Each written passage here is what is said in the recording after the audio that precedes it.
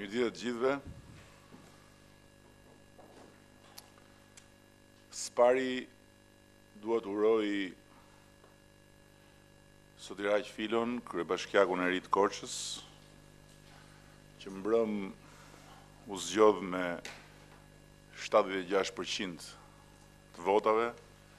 si kandidat i Aleancës për Shqipërinë Europiane.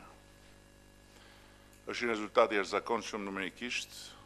por unë ju ftoj ta lexojmë jo si një fitore ndaj opozitës, po si një shenjë tjetër shumë të qartë të pritshmërisë ndaj nesh. I falenderoj përulësisht gjithë qytetarët që dje morën pjesë në votim, socialistët e progresistët, po dhe gjithë demokratët që bashkuan votën e tyre për kandidatin e koalicionit tonë. Ndjehemi ende më të ngarkuar me përgjegjësi ndaj tyre, po sigurisht edhe ndaj gjithë shqiptarëve, pasi kjo votë tregon më shumë se sa pëlqimin për një kandidat, dhe i siguroj të gjithë se ne do të bëjmë të pamundurën për ta merituar me punë dhe rezultate dhe jo thjesht me fjalë këtë mbështetje. Besoj se rezultatet e para të punës në drejtimin e ri në dogana dhe në tatime flasin për zhvillime pozitive në drejtimin e duhur. Kemi trashëguar një grop financiare të hapur nga mos realizimi dramatik i 9 muajve rresht, qoftë në dogana, qoftë në tatime, si pasojë e degenerimit të qeverisjes para dhe pas zgjedhjeve, korrupsionit ku do ndodhur dhe shpartallimit të administratës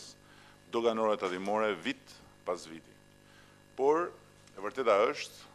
se kemi gjetur dhe njerëz profesionistët gatshëm në sistem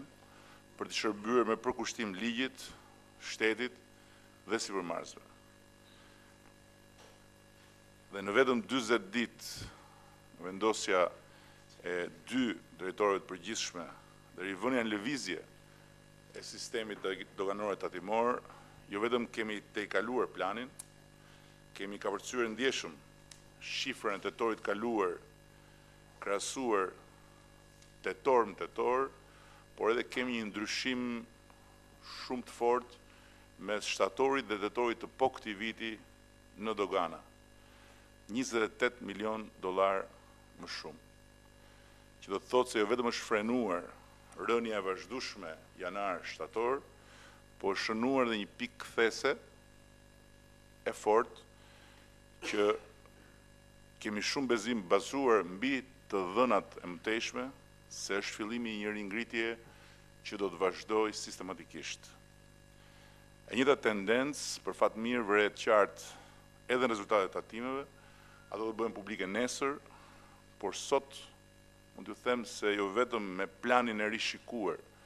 por edhe me planin e vjetër të qeverisë mëparshme, jemi më lart në muajin tetor. Gjithashtu diferenca mes këtij tetori dhe tetorit të vitit të shkuar, si në dogana dhe në tatime, flet qartësisht për një kthes të fortë.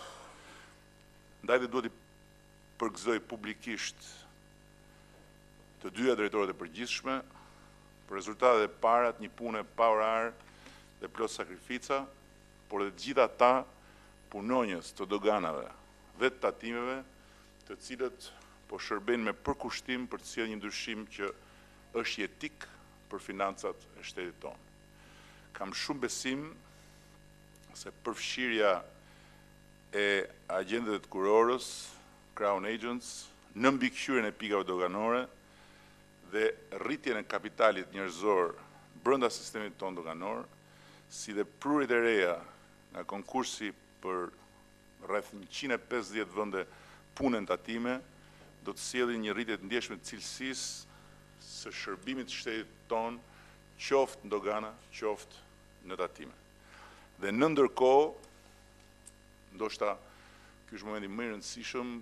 kam shumë besim se përfshirja e afërt e FMN-s me një program të ri në përpjekjen tonë madhore për përballimin e krizës dhe rimarrjen e rrugës së rritjes ekonomike qysh vitin e ardhshëm do të na garantoj piknisjen e duhur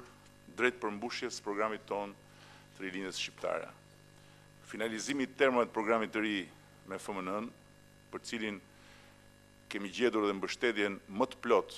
të Bankës Botërore, është dhe arsyeja pse projekt buxheti do të shtyhet për afro 2 javë, në mënyrë që ngrehina e tij mbështetet në themelin e ri që ky program përbën për ekonominë tonë në vitet në vijim. Por që sot, mund thuhet pas një ngurim se rruga e rimëkëmbjes është e hapur dhe siç e kemi premtuar, ajo është e projektuar të nisë me larjen e llogarive të shtetit ndaj sipërmarrjes, si dhe me mbylljen e gropave të hapura gjithandej nëpër Shqipëri nga katraura financiare dhe korruptive në infrastrukturën e vendit tonë. Dhe po ashtu, bazuar në këto të dhëna, dhe bazuar në ecurinë e shkëlqyer të diskutimeve me Fondin Monetar Ndërkombëtar dhe Bankën Botërore që po na çojnë drejt finalizimit të termave të programit të ri me FMN-n, mund thuhet se qoftë kush e ëndërron skenarin grek për qëllime politike, por qoftë dhe kush në mënyrë të arsyeshme i trembet të rënimit mëtejshëm ekonomik për arsye të krizës tronditëse që kemi trashëguar, duhet ta ketë fare të qartë se më e keqja do të kalojë me 2013. Dhe kjo jo për të dhënë një injeksion optimizmi që nuk është i pavend, por për të nënvizuar se puna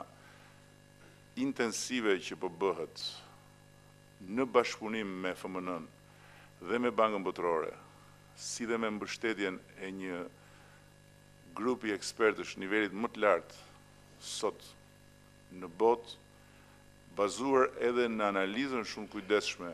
të gjithë gjendjes financiare dhe ekonomike të vendit tonë, si dhe në potencialeve të zhvillimit, na jep të drejtë që të mos ngurojmë kur themi se më e keqja do të kalojë me 2013. Sigurisht që viti i ardhshëm do të jetë një vit me rritje ekonomike, por kjo nuk do të thotë se nuk do të jetë një vit reformash të dhimbshme, cilat janë ilaç i hidhur po i domosdoshëm për ta ngritur ekonominë nga honi ku e kemi gjetur në rrugën e zhvillimit mëtejshëm. Programi do të jetë një program zhvillimi ekonomik,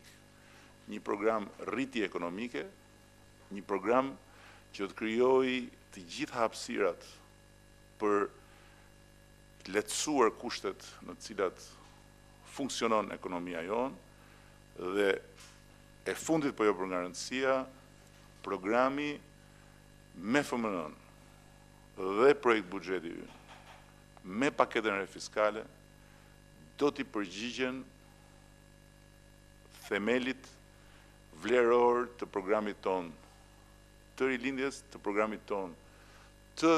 Aleancës për Shqipërinë Evropiane për të ecur më shpejt në rrugën e një zhvillimit qëndrueshëm, që do të thotë se çfarë ne jemi zotuar është pikë referimi edhe në diskutimet me FMN-n,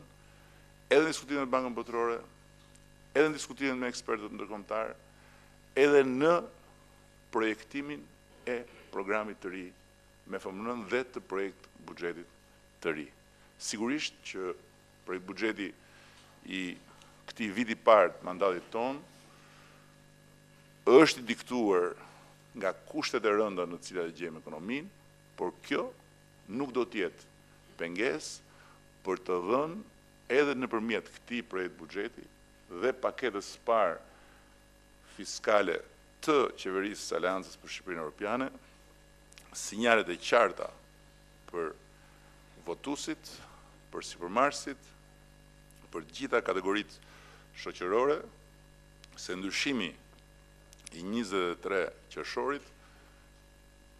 ka sjell në krye të vendit një qeveri të votuar me një program mbi disa vlera dalluese me palën tjetër, të cilat ne do t'i kemi tërësisht parasysh. Qysh tani, edhe pse shtrëngesa e kushteve të ekonomisë dhe të financave është jashtëzakonisht ndikuese dhe kushtëzuese. Për ta mbyllur, e fillova me Korçën, duhet ta mbaroj me zgjedhjet në Karbunar, që po ashtu shënuan një fitore të Aleancës për Shqipërinë Europiane, cilën po ashtu mendoj se na takon ta lexojmë, jo si një fitore ndaj opozitës, po si një shenjë të qartë të përgjegjësisë që qytetarët na kanë ngarkuar mbi vetë dhe të pritshmërisë që kanë ndaj nesh. Faleminderit.